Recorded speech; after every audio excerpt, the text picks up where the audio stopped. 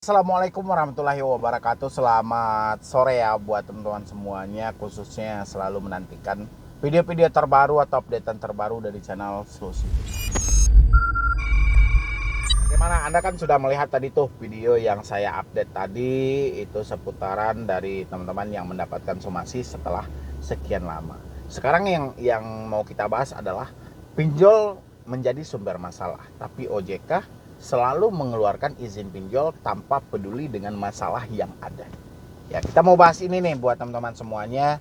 Yang belum mensupport juga silahkan disupport gitu loh. Takutnya nanti ketika saya update video terbaru, Anda malah ketinggalan gitu loh. Ya, tidak mengetahui yang kita bayangkan. Apalagi kita mendapatkan informasi ini tidak juga merata. Ya, tapi yang saya sesalkan, kenapa orang-orang selalu mengeluh ketika sudah bermain dengan pinjaman online. Ya, tidak ada yang menyatakan manfaatnya. Justru lebih banyak kesengsaraannya gitu. Ya. Yang jadi pertanyaan saya, apakah OJK tidak pernah mempertimbangkan dalam hal ini sebelum dia meluncurkan izin 102 pinjol yang telah terdaftar dan terverifikasi? Ya, ini loh. Kemarin kan 103 tuh. Kalau 103 karena uang teman dari PT Alfa Digital itu sudah dikeluarkan oleh OJK atau dicabut izinnya oleh OJK, berarti statusnya sudah ilegal dan tinggal 102. 102 ini apakah OJK telah mengkaji ulang, telah melakukan survei terhadap masyarakat? Apakah ini pinjol benar-benar layak atau tidak gitu loh. Ya. Karena selama ini permasalahannya muncul nih dari berbagai macam permasalahannya. Ya, kalau kita bilangin ini kesalahan dari masyarakat, terkadang mereka meminjam di luar batas kemampuan membayar. Oke, ya, sebagian masyarakat mungkin, tapi bukan berarti semuanya. Tapi kebanyakan dari masyarakat ini mengeluh dan menyesalkan dengan kehadiran pinjaman online. Ya. Apakah OJK sebelum membentuk ini, mengeluarkan izin ini tentang peraturan ini, apakah tidak berkacamata dulu? Misalnya kita berkaca dulu nih dengan hal-hal misalnya kayak Danakur dulu. Danakur dibentukkan, dirancang dari bank-bank lokal, tapi begitu diluncurkan memang itu bermanfaat untuk kebutuhan UMKM, untuk masyarakat gitu loh. Ya. Dan saya kalau nggak salah, ya, saya membaca tujuan dari pinjol ini dikeluarkan izinnya adalah untuk menjangkau, ya, meratakan, ya, atau memeratakan orang-orang yang tidak terjangkau oleh bank-bank konvensional. Ya, itu tujuannya. Orang-orang yang tidak mendapatkan pinjaman yang layak untuk kredit usaha rakyat misalnya. Dengan adanya pinjol mereka bisa mendapatkan. Tapi visi dan misi itu tidak berjalan sampai detik ini. Ya. Malah yang terjadi apa? Masyarakat disuruh memperkaya investor-investor yang ada di pinjol. Ya, atau mafia-mafia yang ada di pinjol. Jadi masyarakat ini dikuras gitu loh. Ya, diperas habis-habisan duit mereka. Kayak manapun caranya, berbagai macam sisi dilakukan. Ya, sehingga masyarakat yang awam tadi, yang buta dari segi digital ini, ya, mereka min hajar aja. Terjadilah gali lubang tutup lubang. Dan di saat terjadi gali lubang tutup lubang, permasalahan terjadi.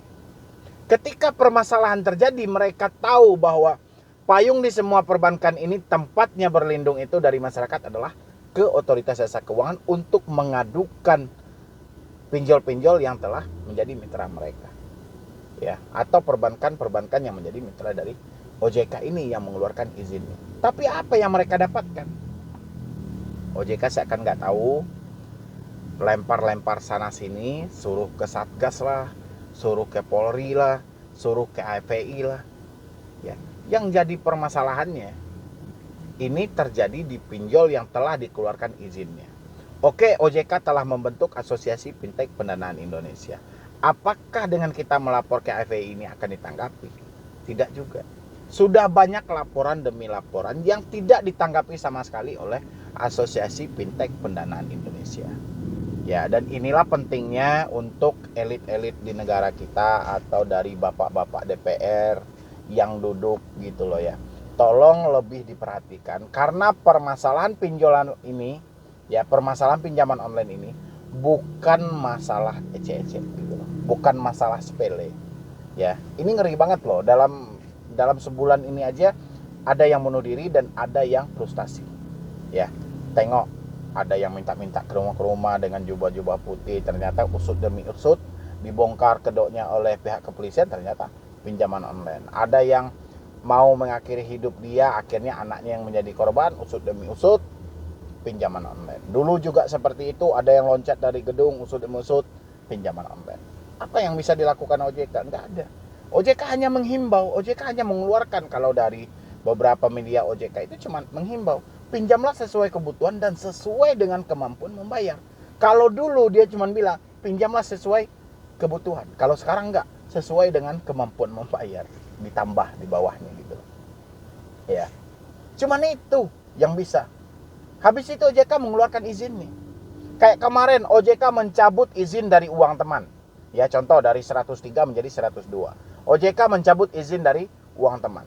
Ukurannya OJK menjelaskan itu. Apa yang terjadi? Kenapa uang teman ini dicabut izinnya yang semula dia telah terdaftar di Otoritas Jasa Keuangan, sekarang enggak lagi.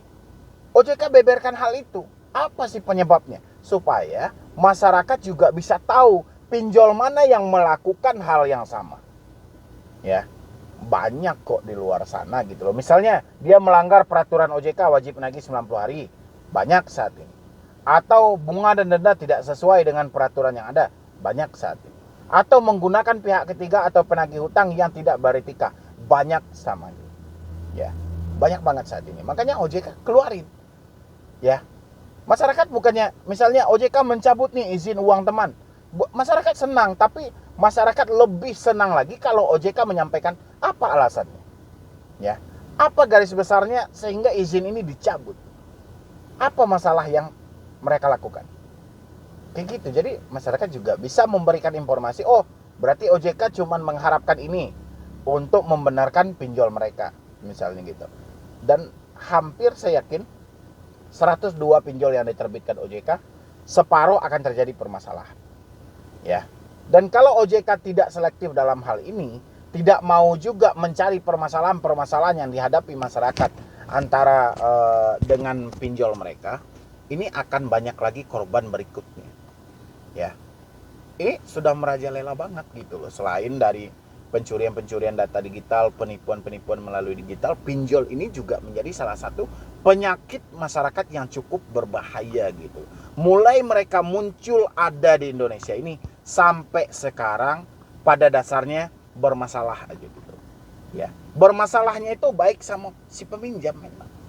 Ya, apakah kita vonis si peminjam ini adalah orang yang tidak bertanggung jawab? Tidak juga bisa seperti itu. Kita kaji dulu peristiwanya, kenapa orang ini? Kenapa dia tidak bisa bayar? Kenapa dia tidak mampu bayar? Apa yang terjadi? Ya, dari situ baru bisa kita membongkar permasalahan ini. Tapi kalau kita hanya memvonis, wah, masyarakat yang minjamnya aja yang tidak bertanggung jawab, yang lain aman-aman aja kok. Masyarakat yang tidak bertanggung jawab di vonis ini, apa yang terjadi? Selama ini mereka telah memperpanjang, mencicil, gali lubang, tutup lubang, pernah dikaji nggak di dalam ini gitu loh. Makanya saya bilangin, coba OJK benar-benar masuklah ke dalam dunia ini untuk mencari tahu kenapa ini selalu terjadi permasalahan antara pinjol dan si debitur mereka. Ya, supaya OJK paham juga apa yang harusnya dilakukan untuk kedepannya supaya ini bisa-bisa benar-benar menjadi bermanfaat untuk masyarakat gitu loh. Karena memang ini adalah sumber masalah dan saya yakin kedepannya ya orang yang terjebak pinjol bukan berkurang tapi akan makin banyak. Ya, akan makin banyak. Karena kemudahan teknologi, kemudahan digital saat ini, kemudahan cara-cara dalam meminjam, apalagi belanja segala macam ini sudah bernuansa kredit. Ada yang dari dikasih fasilitas limit belanja ini segala macam dengan sistem utang dan akan banyak lagi. Kalau sistem ini disepelekan oleh OJK atau pemerintah kita, saya yakin kedepannya akan banyak lagi korban-korban yang akan berjatuhan gara-gara kepintaran fintech-fintech saat ini. Ya, kita bisa buktikan itu dan mudah-mudahan OJK dan para anggota dewan-dewan kita ataupun dari pemerintah kita memikirkan benar-benar keselamatan masyarakat di era kebebasan digital saat ini. Ya, kalau saya sih cuman itu aja. dan mudah-mudahan ada solusi yang terbaik untuk kedepannya ya. Jadi sekian dulu dari saya, mungkin mohon maaf kalau ada salah penyampaian, salah ucap atau kata-kata yang kurang pas, yang kurang tepat, silakan Anda perbaiki aja nanti di kolom komentar, dan kita sama-sama berdoa mudah-mudahan ada solusi yang terbaik di balik permasalahannya.